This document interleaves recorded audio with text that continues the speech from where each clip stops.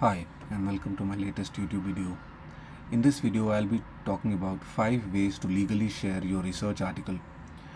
As all of us researchers are aware, publishing your research article in the open access format requires funding, which usually is in thousands of dollars. This is especially hard to secure for researchers in the developing world and for researchers in general. Therefore, today I'm going to be showing you 5 creative ways in which you can legally share your research article without violating any copyrights law. So let's get started. The first way you can share your research article is to share your preprint on preprint servers. So preprint articles are those articles that have not undergone peer review. However, the researcher feels that this article has a lot of important information that the general public should access immediately without restriction. In such cases, these are some of the preprint servers for various disciplines where the researcher can share the preprint version of the article. So this is completely free of cost as well. The second way in which you can share your research article without violating any copyrights is by sharing the accepted version of the article on research networking sites. So what are these accepted versions? The accepted version of an article is that version of the article that the editor has accepted for publication after the peer review process. So the article has gone through the peer review process, the editor feels that the article is worth publishing, and then the editor sends you an email stating that your article has been accepted for publication and that a production editor will be contacting you to ensure typesetting and final publication. So the accepted versions might have a few typological errors because they have not been through the typesetting process. However, they're still very usable and they can be shared on research networking sites subject to an embargo period, which is usually 1 year for many journals and publications, or sometimes 6 months. However, there are certain publications who allow you to share the accepted versions as soon as the paper has been published. So you need to read the copyrights of your particular publisher and journal to understand the embargo period if it exists. Once the embargo period is over, you can share the article. So here I will show you one article which is published in restricted access. I cannot see the whole article. However, I have uploaded the article onto ResearchGate, which is the accepted version of the article, and I have mentioned it here as well because according to the policy of the journal I need to mention this. This is an accepted manuscript of an article published by Taylor and Francis in the Journal of Social Work and End of Life and Palliative Care, available at, and this has been published and so on. So this is basically the accepted version, and anyone who's on ResearchGate or anyone who Googles this article can read this article.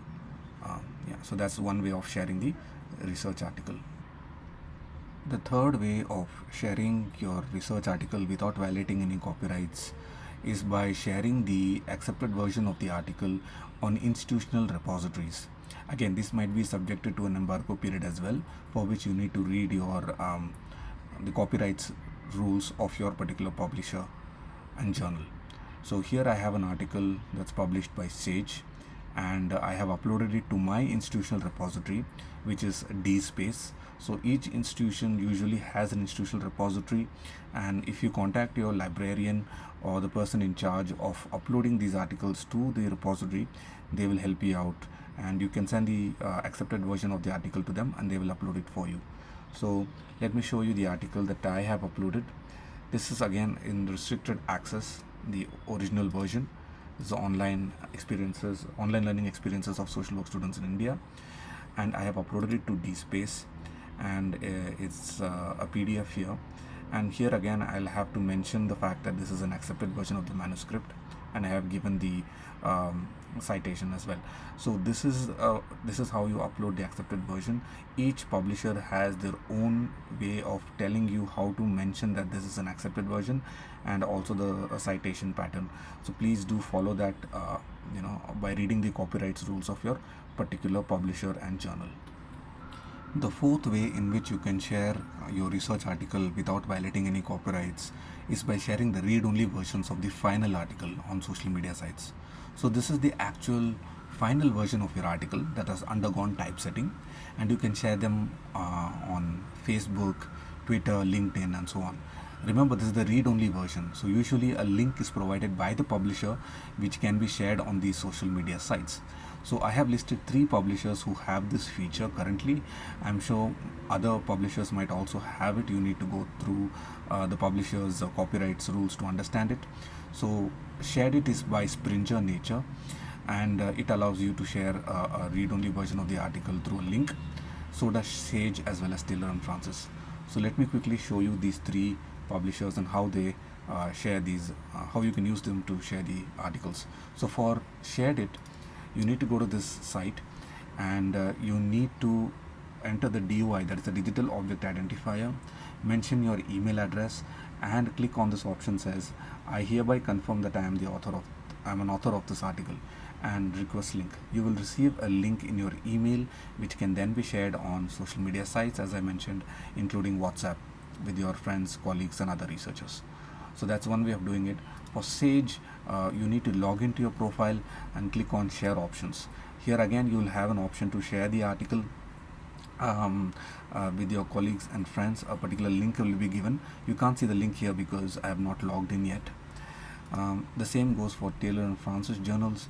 Usually you have an option called PDF and EPUB option. When you click on the PDF or EPUB option, the EPUB or the PDF version will pop up, and it will have the share option.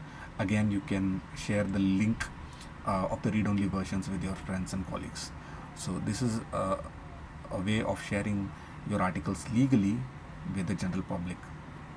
The 5th way of sharing your research article is by sharing the accepted version of your article on your own website or blog. So again, there might be certain embargo periods that you need to look into. However, after the embargo period, you can upload the accepted version of the article onto your own personal website if you have one, or on your own blog. So websites usually cost money, while blogs are completely free. I will show you my blog where I have uploaded my articles, the accepted version of the articles. So what I have done is I've created a blog, and then I've posted the link of the final version of the accepted version of the article that can be copy pasted and opened by anyone. So I have uploaded it to Google Drive, and then I'm sharing the link here.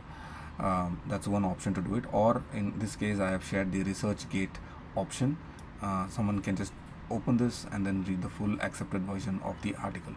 So this is another way of sharing your research article. That's about it.